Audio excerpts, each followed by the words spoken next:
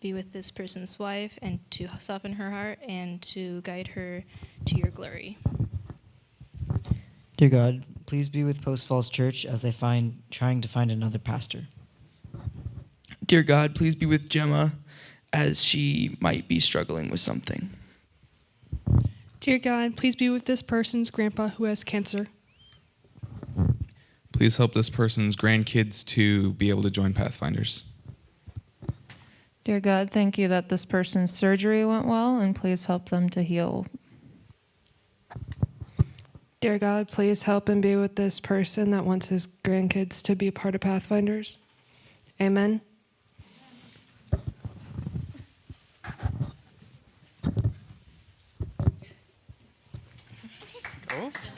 Go.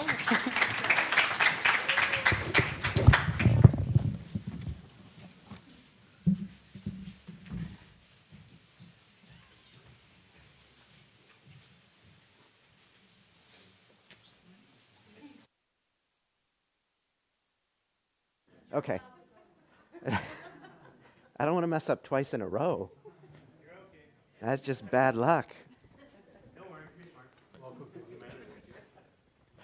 Or as I call it, just another Tuesday. All right, welcome back, everybody. Hi. Hello. I hope you had a fantastic afternoon. I did. I got to tell you, that fireplace in there, I want one in my house. Yes. There's no room for it. I would not be able to live in my house if that fireplace were in my house, but I want that. Also, maybe don't inhale your own saliva. Wow. It's a good thing that coughing is perfectly fine in this day and age. Otherwise, I might scare you guys. Let's start over. And scene. Hi, everybody. Welcome back. It's really great to see you guys tonight. I am really excited to be here again, to be talking about ways that we can be very practically helpful to people around us who are having mental health challenges. And today, this evening, we're going to focus specifically on depression and anxiety and some things that result from those and some specific ways to be helpful to folks who are having those. As always, I didn't sort of make this announcement before the last talk, but I hope you picked up. It's totally fine at any point along the way to shoot up your hand, ask a question. We'll just take it all in stride. Does that work for you guys? All right, perfect. Let's dive in. As always, there's the as always part. I have no relevant financial disclosures. Disclaimer done. Here's what I want to learn this evening. I want to learn at least 3 ways to recognize when an adolescent, when a young person might be having a mental health crisis. I stress might be because we're not going to learn how to diagnose tonight. That's a few years longer than we have this evening. But we are going to learn how to recognize some warning signs, and I want you to be able to know at least 3 of them, and I want you to know at least 3 ways to be helpful for each of the following very specific scenarios: panic attacks, a recent traumatic event, and we're also going to talk this evening about non-suicidal self-injury. Okay? Here's how we're going to get there. We're going to do a brief survey of what mental health looks like in our country right now. We're going to review some basics about adolescent development. We're going to review some of the signs of mental health challenges. And then finally, we're going to get to those very specific scenarios that I talked about. Huge thank you to Mental Health First Aid. I am borrowing shamelessly from some of their material this evening. But you guys have already heard me talk about being a fan.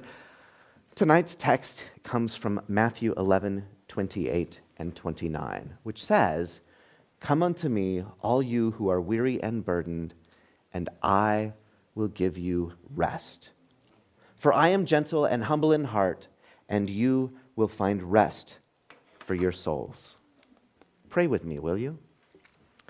Father, you've made us in some pretty amazing and downright confusing ways sometimes. But thank you for that. Thank you for making sure that life is never boring.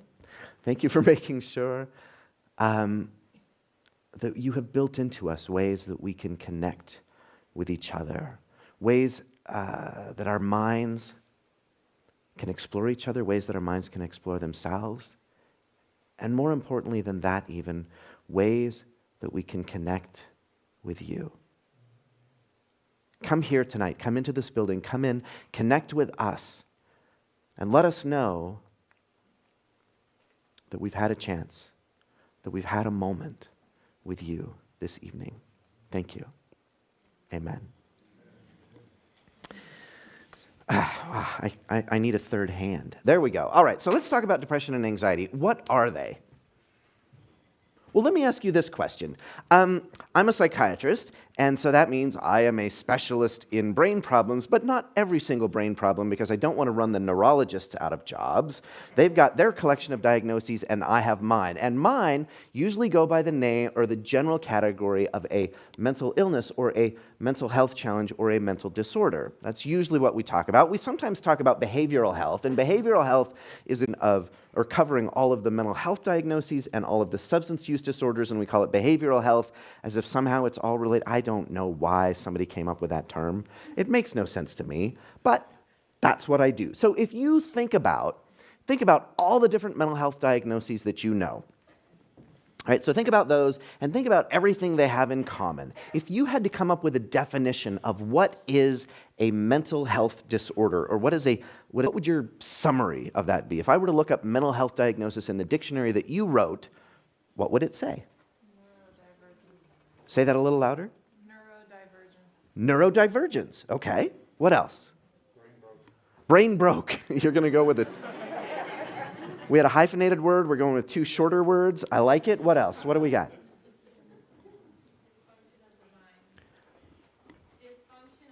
Dysfunction of the mind. All right, so all of these things, thank you guys. That's really, I think we're very close to that. All of these things have in common that the problem is where in your person? Right between your ears, right? So it's a problem with your brain. And how can I tell that there's a problem with your brain? Please don't say autopsy, that's just morbid. But it's not wrong. It is not wrong. It's just morbid. Okay, so it's a problem. How can I tell there's a problem with your brain? Your actions? Okay, so I can watch your behaviors. That's a good one. What else? What else can I watch? Words. I can listen to your language, which tells me a lot about how your brain is thinking and how thoughts are working in your brain, right? So I can look at your thinking and your language. What else? How you like to speak and how you understand. Yes. I can pay attention to the way you're processing. How else? Emotions. Absolutely emotions. In fact, some mental health diagnoses get their name from the emotion that's off. Depression, anxiety are two examples right there. Right? So it's a problem with your brain that results in, errors or challenges with thinking, with behavior, or with emotions, sometimes all three. And it interferes, the other thing that it has to do to be a diagnosis, it has to interfere with critical functioning. Otherwise, you're just an interesting person. I mean, no two of us experience emotions exactly the same way. No two of us behave exactly the same way. You are absolutely allowed to be quirky. At least I hope so, because God knows I am. All right? So it's got to result in some interference in things. And the things that we look for in mental health, we look for your major role obligations. So that might be your job or school or something like that.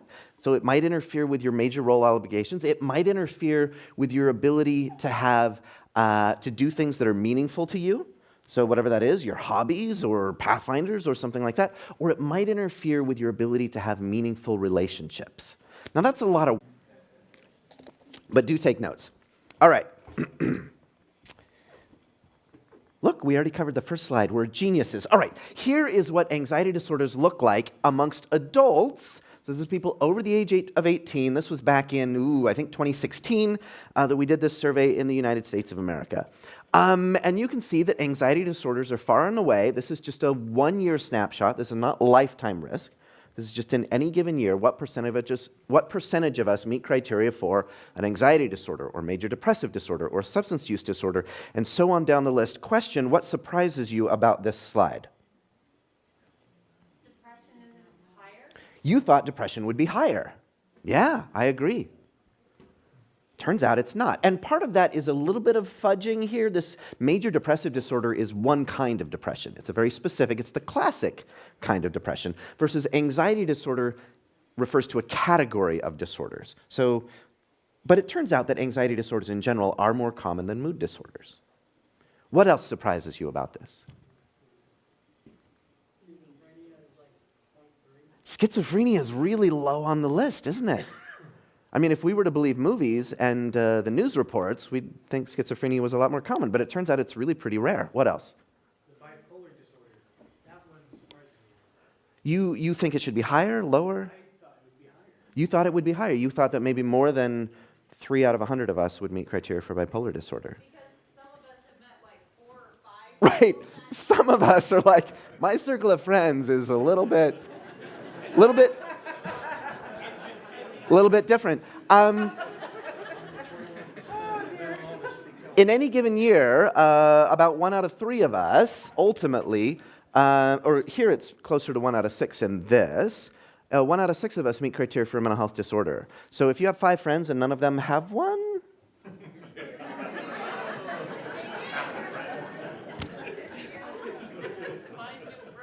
just saying. But also please notice that the numbers above the boldface any mental disorder do not add up to 18.5. And that's because if you have one, chances are you have more than one. Having one mental health challenge does not magically protect you from the other ones. As we learned this morning, the things that happen to you that predispose you to developing mental health conditions tend to predispose you to developing more than one kind of challenge, right? Let's look at kids. So now we're going 13 to 18. These are adolescents. And once again, anxiety disorders are right up at the top. And notice here when we're looking at kids, we look at whether you have a diagnosis or whether you have a diagnosis that not every diagnosis has a severe impact. And we break this up particularly in adolescence because we want to know where we need to pay the most attention. And you'll notice that anxiety disorders are very common, but not so many of them have a severe impact. Compared to substance use disorders, we just put a not applicable in the severe impact, because if you meet criteria for a substance use disorder during adolescence, that is having a severe impact. There's too much development going on when you're a kid. You'll also notice that when we look at kids, we really sort of break things broadly into categories. It's much harder to create a specific diagnosis when somebody is growing and developing, because oftentimes we don't know what that's going to be until later. And oftentimes people show warning signs of diagnoses that turn out to not become a diagnosis later on. And so we think about categories of challenges, but half of all lifetime cases of mental illness begin by the age of 14. Anxiety disorders, the average age at which an anxiety disorder starts is age 11. The average age at which depression starts is age 32. Why the difference? I'll give you a hint. Anxiety leads to the depression. Well, lots of different things lead to depression. Anxiety disorders often get wired in early because our fight or flight, versus anxiety or depression can be caused by things like loss. And loss happens more often later in life. And so the average age, depression onsets at any point in life, and so the average age is higher, whereas anxiety disorders usually start in childhood. That's not a hard and fast rule, but that is a general rule. Here's what depression looks like in adolescence. This is, again, 12 months, and you'll notice right away that women in adolescence are much more likely to have challenges with depression than men do. But for both age group or both genders, for both men and women, the risk of depression goes up as you go through adolescence. Oh, I went twice. All right, so let's talk about normal adolescent development, shall we? This isn't one that blacks it out, so you're just gonna have to pretend that screen's not up there. What happens during adolescence, right? Brain chemicals change, absolutely. So you get this flood of hormones, we call them sex hormones, and that triggers a lot of development in your body, but it is more than getting your body ready to pass DNA on to the next generation, right? It's more, this is a shock?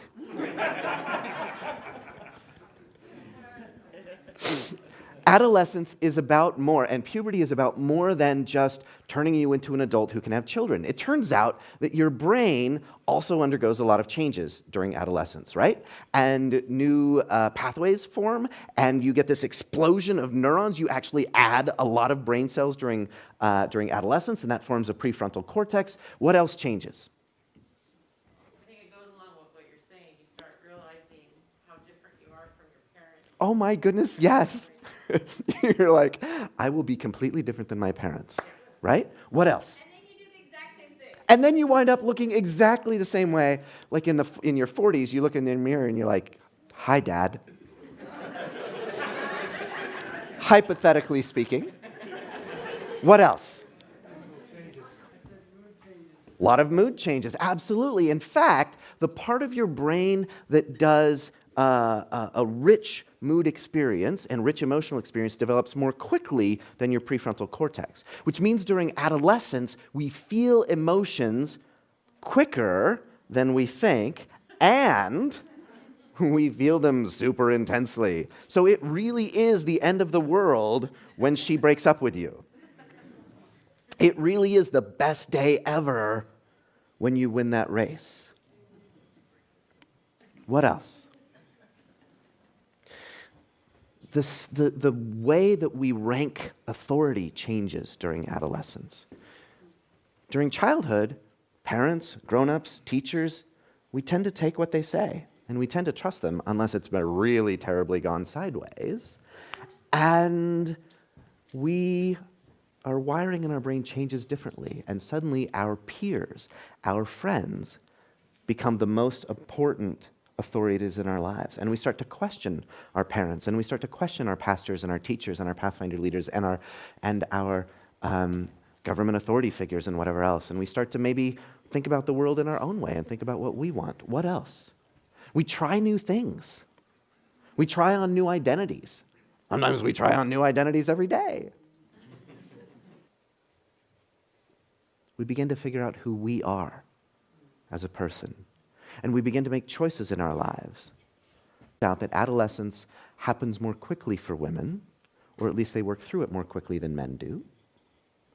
For women, we used to say that adolescence is pretty well done by your early 20s, and for men, mid-20s. We now know that that's being a little aggressive. It maybe 30s.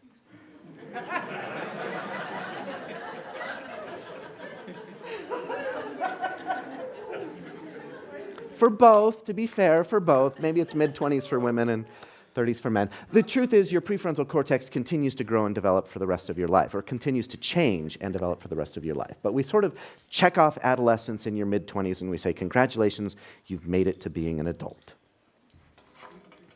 All right, do I press a button or do you press a button to turn it back on? Oh, I do. I have the power. All right, so the question is, and this is, I'm just going to give you a tip, those of you that are Pathfinder staff. If you forget what adolescence was like, just ask somebody nearby you. See, the thing is we all make this interesting error in judgment. All of us assume that the way we see the world and the way we process information and the way we make decisions is about the same way that everybody else does. And so if you just understood what I understood, you would see how I'm right. And what I'm telling you is that adult brains work differently than adolescent brains. I know, right? It explains a lot of things. And the difficult thing is, as adults, we forget that. And we expect the people that we work with, we expect adolescents, I expect my students to be like adults. But your brain is literally just being built. Yeah, Johnny.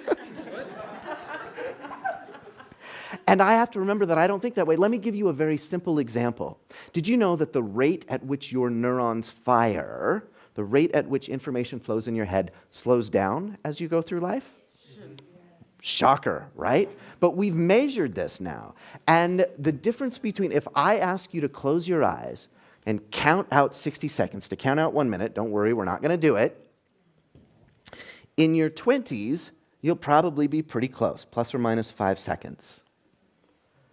In your 60s, it's more like 90 seconds. Your brain firing rate slows down by about 50%.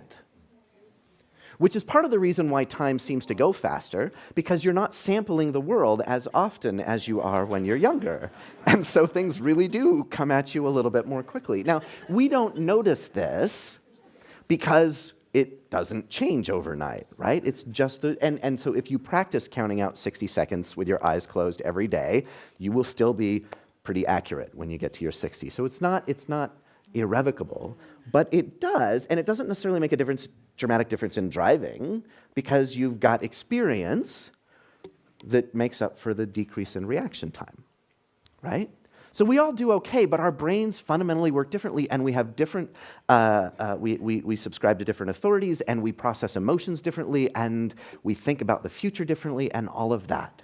So the question is, if to us grown-ups, adolescence looks a lot like a mental illness because we really don't understand it anymore, even though we think we do because we went through it ourselves, how do we as grown-ups do a better job of recognizing the difference between normal, typical adolescence and when something starts to be, and that's what I want to talk about tonight. For those of us who are still in adolescence, feel free to tell me when I'm getting it completely wrong, because although I swore that I would never, A, be out of touch, never B, be uncool, and C, never forget what it's like to be an adolescent, guess what? We're going to look at emotional kinds of signs as well, okay? So let's talk about some physical signs and symptoms. They run the gamut. If you can think about physical signs and symptoms, there are lots of things that might be related to a mental health condition. I want to be very clear, not a single one of these things is diagnostic of a mental illness. But if somebody develops a new onset of pounding heart and chest pain and maybe a hot flush, that might be a sign of an anxiety disorder. So it might be a time for us to be curious. Ditto with respiratory or odd neurologic things. Right? So these could be something significant, or they could be absolutely nothing. But these are times when we might want to begin to get just a little bit curious about what's happening. We can also look at other kinds of behavioral things like pattern adjustments. If somebody's eating schedule changes, if somebody's sleeping schedule changes, if somebody's appearance changes, if they go from being somebody who's relatively well kept to somebody who is not taking care of their physical appearance at all, that's a great time to be curious. If somebody flips the other direction and goes from somebody who's generally doesn't care how they look to suddenly somebody who is very, very particular about how they look, that might be a great time to be curious about why things changed. It might be because somebody's trying on a new identity, and that is totally normal and absolutely okay. It might also be a sign of something else going on, okay? There's also, we don't talk probably enough about this in adolescence. We kind of write it off as this whole hormonal storm and people are going to change and everything's going to be different. But the truth is that mental health challenges can affect that. And it can affect things like menstrual cycle in women or nocturnal emissions in men, interest in sex, interest in building relationships and those kinds of things. And so if somebody is maybe winding up in a different place than their peers, it's worth thinking about. Let's talk about some emotions as well. These ones are generally easier to recognize, but can be tough because remember, adolescence is kind of a turbulent time with emotions. And so if somebody is sad, that's fine. But if somebody is stuck in a depressed mood, that might be a time to pay attention. If somebody has guilt that is far out of proportion of whatever's happening in their life, that might be a time to pay attention. Excessive irritability or anger, decreased inhibition, decreased emotions. Somebody's emotions flatline. That's generally surprising during adolescence. It's normal for adolescents to be sensitive to criticism. But if that sensitivity suddenly spikes, that might be a time to pay attention. Just going to flip through all of these. Oh. Question. Yes. How does this change as culture and society changes? Yes. So sensitivity, for instance. I'm sorry? So, for instance, sensitivity today seems to be a little higher than it was a couple decades ago. Is the measurement change or is the diagnosis? Used to be. And so does that mean fewer people I want to make sure that I'm understanding this right, but does that mean that fewer people might meet criteria for a diagnosis because being more sensitive is now a cultural phenomenon, not something outside of the norm? And the short answer to that is, if you go to the Diagnostic and Statistical Manual of the American Psychiatric Association, they will say that one of the things that is necessary for a diagnosis is that it cannot be a cultural norm. So we would not diagnose the entire country of Norway as having schizoid personality disorder, because being a little more emotionally withdrawn is kind of a cultural norm. We used to joke when I was in training that we wouldn't diagnose anybody in Taos with schizotypal personality disorder because crystals are magic there. That's just the way things are, and the world works differently, and so that's just normal. So I would say yes, what we're looking for is people who fall outside of that bell curve of where their peers are. That's really what we're looking for, is people who are starting to... We joke about OCD a lot in our society. Obsessions are thoughts that you are compelled to think, and compulsions are activities that you are compelled to do. And so if somebody is stuck in a repeating pattern of, I have to wash my hands 5 times before I eat, or I must always put my socks on in precisely the same way, or things like that, that's a time to pay attention. And that's what we mean by obsessive or compulsive behavior. Not necessarily. You might just be very efficient. But if those obsessive or compulsive behaviors are now interfering with your ability to function, then maybe that's a time to be able to pay attention. If you have to spend 3 hours every day putting on your socks, we should probably talk.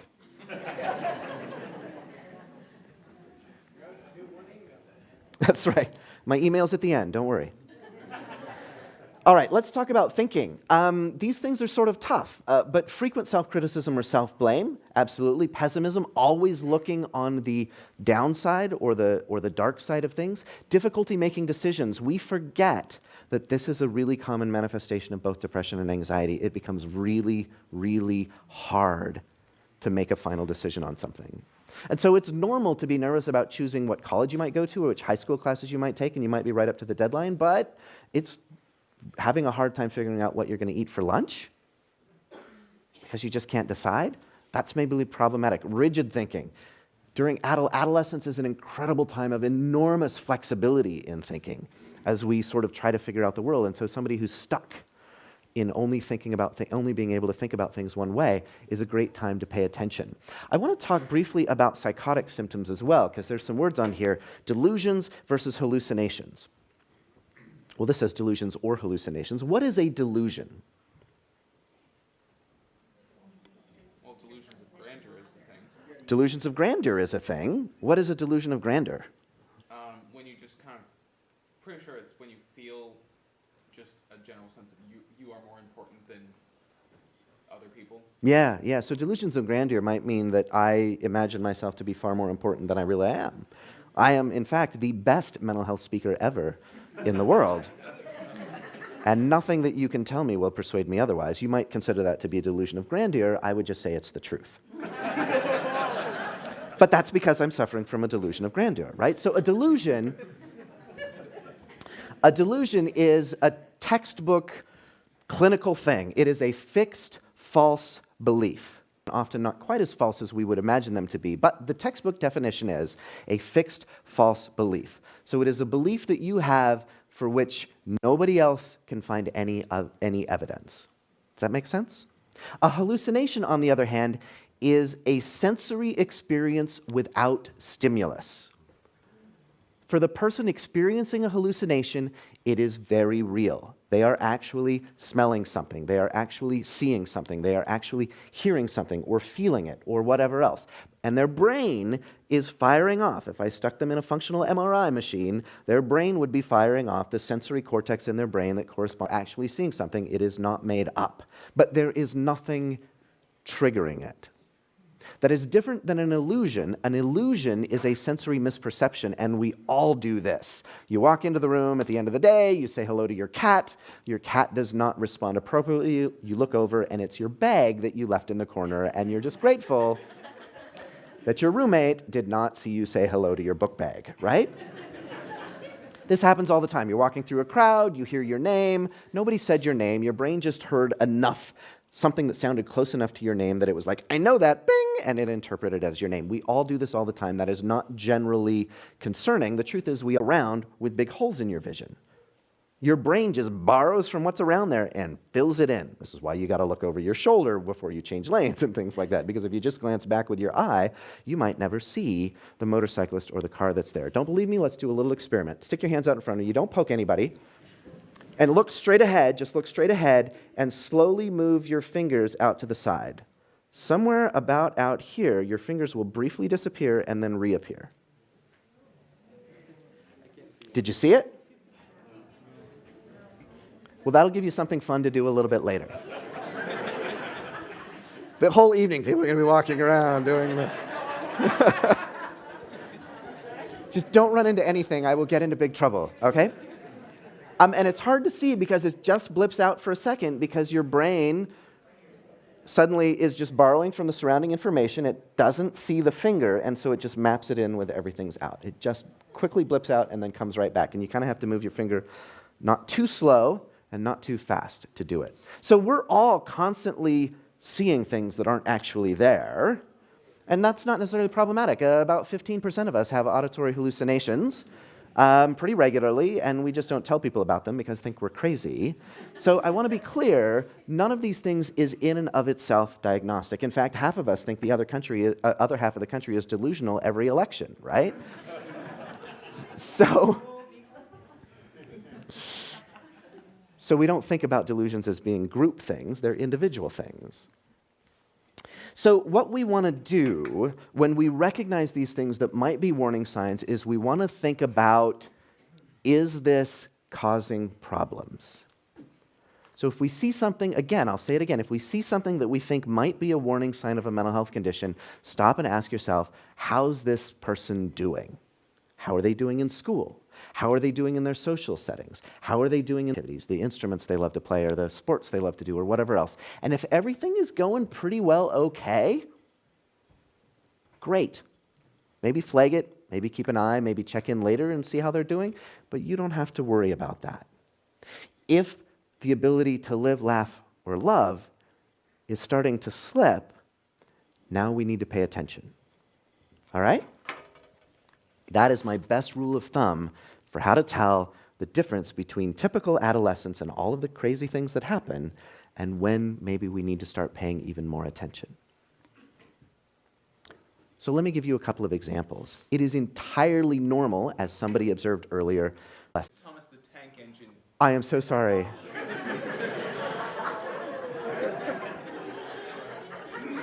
I got nothing. I messed up. Totally fine to keep liking Thomas the Tank Engine as well.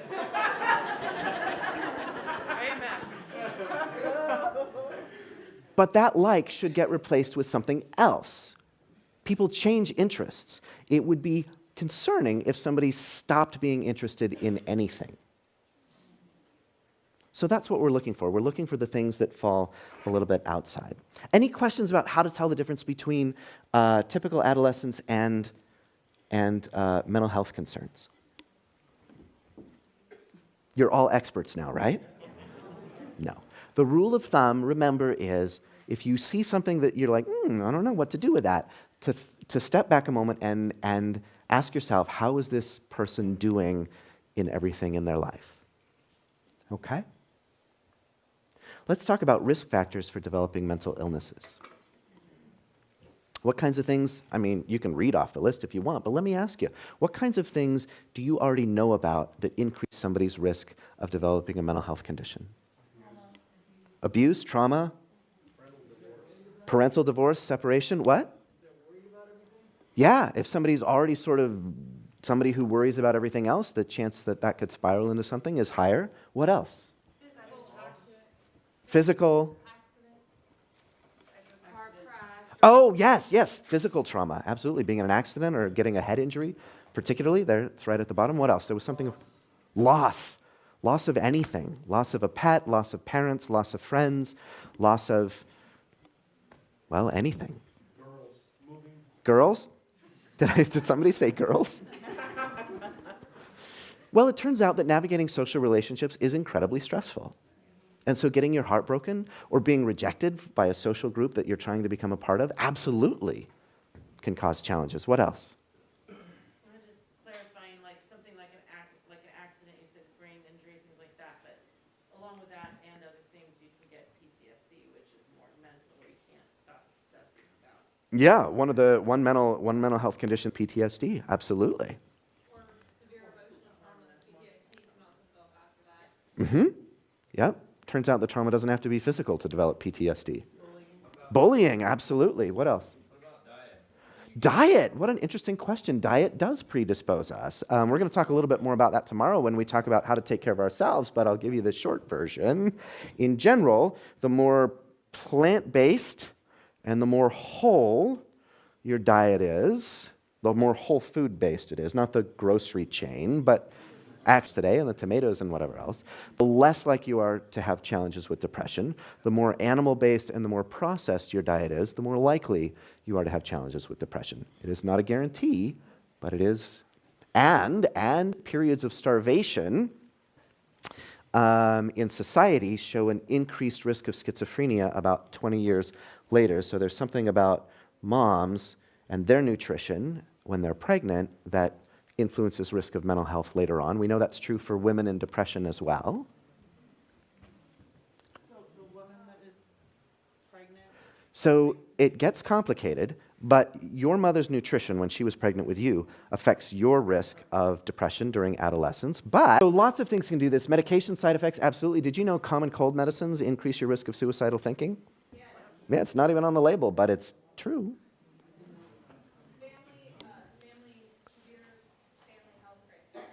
Absolutely. Any sort of a significant disruption in the family, like a health crisis, your genetics absolutely plays a role. If there's a mental illness that runs in your family, chances are your risk of that is much higher. It depends a little bit on the mental illness. What about schizophrenia? Is that true for schizophrenia? It is true for schizophrenia, but it's not a guarantee. So if I look at twin studies, you guys know the difference between identical twins and so-called fraternal twins? Identical twins have a lot of genetic overlap. They're not perfectly identical, but they're very close, right? And so the percentage, if you develop schizophrenia, your identical twin is at very high risk of developing schizophrenia. But it's not 100%. If you are fraternal twins, the risk is higher, but not much higher than if you are just siblings. If you are siblings, it's definitely higher. If you have a first-degree relative, it's higher. But that's maybe closer to 10%. Environment really matters. As long as we're talking about schizophrenia, an interesting study out of Scandinavia, I'm going to mess this up, but my memory is telling me it was Denmark, looked at adoption. And they looked at children who were adopted from high stress to high is about 9 times higher than if you're born into a low stress and adopted into a low stress environment. The other two directions are somewhere in the middle. So there's something about schizophrenia is not exclusively a genetic disease. There's something about environment as well, and that's probably true for most mental health conditions. You might inherit a predisposition to that, but something has to happen to really unmask that or trigger that. I'll give you an example with depression as well, major depressive disorder. One of the things that we know that can increase your genetic risk for major depressive disorder is the gene that encodes for a serotonin transporter. It's a little vacuum that sucks serotonin back up into the neuron so it can be repackaged and reused. And if you there's 2 main types of that gene, and you inherit 1 allele from each parent. And the good one is the long allele, and the one that increases your risk for depression is a short allele. So if you inherit 2 long alleles, one great serotonin transporter gene from each parent, your risk of developing depression, a major depressive episode over the course of your life is pretty low, less than 10%. Pretty small. If you inherit 2 short alleles, you maybe should have chosen your parents better, and also your risk of developing a major depressive disorder at some point in your life is more like 80%. But notice neither one of those is a guarantee. So it's more complicated than that. It's a combination of genes and environment. The things that protect you then, the kind of environment that's ideal to grow up in, are things like this. An environment in which you have high self-esteem, in which you have a healthy lifestyle, in which you've developed good problem-solving skills, you're in control of your life, you have an active spiritual life, you avoid substances, you have a very consistent family life, a family that you can count on and a routine you can count on, and somebody is checking in on your activities, and you stick with school and in attendance and the things you do, and you have a really great social network, and I mean an in-person social network, and you don't have to worry about where your food is coming from next. I got to say something about this for 2 more minutes. If you'll forgive my sense of humor, the number one thing you can do that you have control over to protect your mental health is don't be poor. And if you do have to be poor for as short a time as possible and stop being poor as soon as you absolutely can and go back to being wealthy.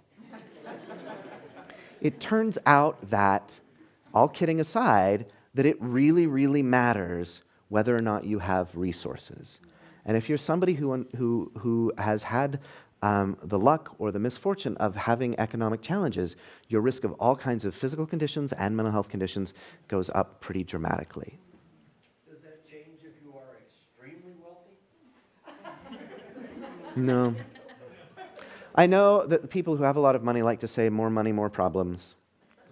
But the truth is, if you can be up at the top of the socioeconomic pillar, you are much likely to live longer and stay healthier, in part because if something does go sideways, you can totally afford to get the best care in the world for it. And you don't have to make tough choices. What about military brats with just kids that moved around a lot growing up? I think it depends a lot on who the person is and what their family structure is like and what sorts of things happen to them. Plenty of us move around a lot and do okay. And plenty of us have a lot of challenges because we never got to develop sustained relationships. So I think it really varies. So I got a question before you get too far away from the last thing you were talking about. The risk factors, yeah. And you said depression. What do you call it when it's a diagnosis?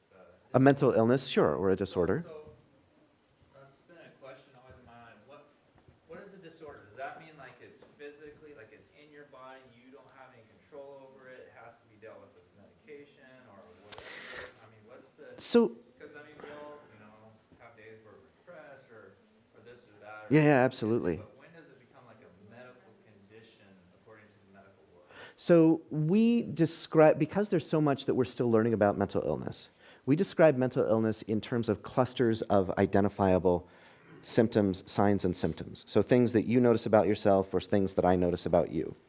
And we lump them together that way. And we don't think of them as disorders unless they're significantly interfering with somebody's ability to function. Usually there's a time amount associated with that as well. 2 weeks or a month or 2 years. It depends on the diagnosis. And so does that mean it's something in your body that there's nothing you can do about? Absolutely not. There's all kinds of things you can do.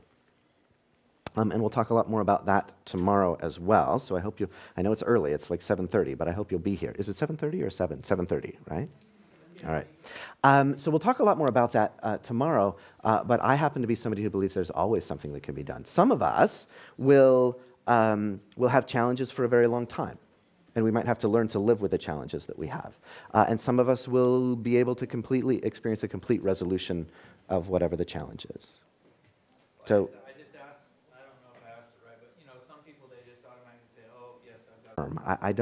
I will confess that I don't know exactly what to do with that. But I would say that if whatever's going on for you is interfering with your ability to live, laugh, or love in a significant way, then it's time to pay attention to that. And there might be a variety of ways to address that. Some of those are things like therapy or medications, but we seldom start with medications. I personally don't think that medications are the answer to everything, but boy, do they save lives sometimes. And so they might be necessary, but I don't know how to tell that without knowing the specifics of a person in front of me. Sometimes we can solve things with a lot of other things.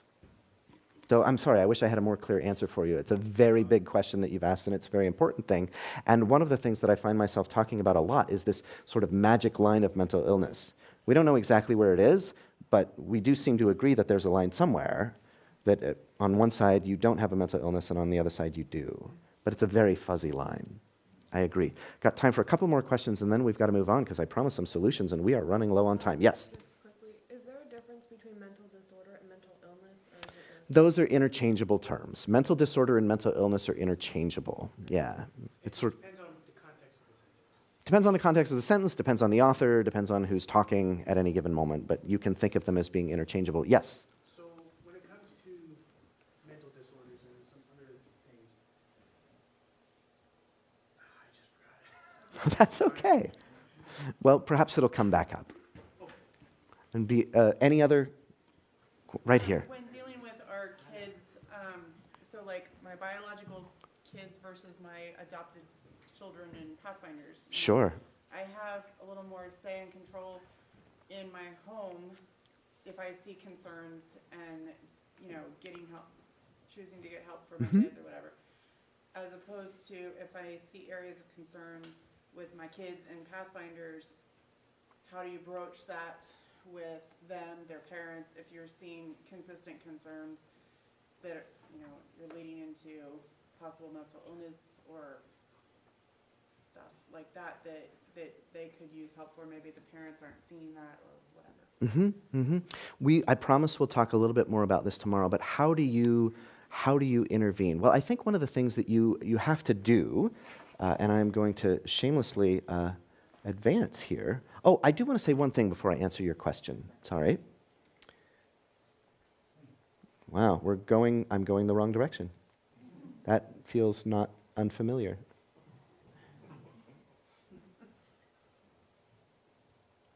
There we go. Notice that I've chosen to highlight one thing here. The thing that most predicts the successful navigation of adolescence is a young person having just one adult in their life that they believe is interested in them and has their back.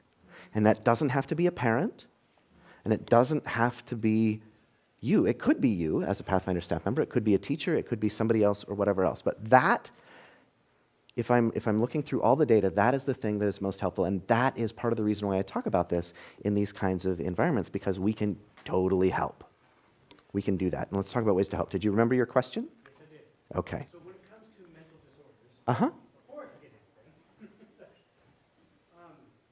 as a medical professional, is it sometimes hard when looking at medications, and sometimes you have to just shoot in the dark because you don't know exactly what's going on? I would not say that I shoot in the dark. What I would say is that we as medical professionals make educated guesses and we learn from them. My favorite TV show about this is House MD. It's not the world's best TV show. I want to be clear. I am a fan of Hugh Laurie, but it's not the world's greatest TV show. But one thing that I really appreciate about that show is this team of brilliant experts gets it wrong 3 or 4 times before they get it right. But every time they get it wrong, they learn something from that, and that helps them get closer to the truth. And I think that's what happens a lot in mental health, right? So, yes? And then people change. They grow, they change. Absolutely. My daughter-in-law has bipolar, and she keeps having to change medication because she's getting older. So our bodies change, and the way we respond to things change. Absolutely. Absolutely. Yeah. So I think we're probably not going to have time to talk about the specific things unless somebody authorizes me to go over, but I want to talk about somebody who has the ability to authorize me to go over. I really need to choose my words more carefully with you guys. Pastor Richie right here. That's a teddy bear. It's Pastor Richie. It's a teddy bear with a tag that says Pastor Richie. Aren't you supposed to know how our brains work and how we're supposed to see face? I am having a terrible time with the control. All right, so I think the first thing you got to do is think about what your role is, right? So it's different if you're a parent or if you're somebody's clergy, if you're their teacher or whatever else. And what I want to tell you is I am not authorizing you to be a superhero this evening. You'll have to get your cape somewhere else. But I am telling you that it's okay to be curious about people, and it's okay to ask questions, and it's okay to say to somebody's parent, I've observed this, this, and this, and I'm not an expert, but it makes me worried about this. And I'm wondering if you guys have thought about these kinds of resources that might be available to you. So I think that's what I would do. And I do this all the time as as I refuse to be a psychiatrist when I'm not, in my office and being a formal psychiatrist. So I don't sit down and do psychiatric evaluations with people, but I might say, ooh, yeah, what you're talking about sounds like that could be a challenge. And here's the kinds of things that you might want to think about asking, or the kinds of people that you might want to talk to about that, okay? Do be aware of what the mandatory reporting laws are in wherever you are. No knowledge that you have somehow supplants mandatory reporting laws, all right? So if a kid comes to you and says, I want to tell you about what's going on with me and I want to tell you why I'm having such a hard time, but you have to promise to keep it a secret, you get to say, I will keep as much of it a secret as I can, but there are some things that I cannot keep a secret. And they'll respect you more for saying that to them than saying, oh, yeah, sure, no problem. If you say, I will not keep a secret, I'm not allowed to, they will respect it. It may change what they tell you, or if they tell you at all, but they will still respect you for doing that. I'm a huge believer in giving people the lay of the land, right? And saying, here's what I can do, here's what I can't do, and I can't keep a secret. Yep, absolutely. Do you think about the privacy rights? I don't know the law here in Idaho, so I apologize, but in Oregon, we have a sort of a funny cutoff at age 14, where at age 14, a person can begin to consent for their own mental health treatment, but you still have to notify their parents, unless notifying their parents would result in greater harm to the person. And so it's a little bit squishy and weird until somebody gets to 18, and then you no longer have to notify parents. Right? So keep in mind the laws around wherever you are, and think about when it is you must communicate with somebody's guardian or parent or whatever else about what's going on. I think we probably have to cut it off here, so I'll see if I can squeeze some of these things in tomorrow. That's where we've got to stop tonight. Thank you, everybody, for riding along with me. I'll see you bright and early tomorrow morning.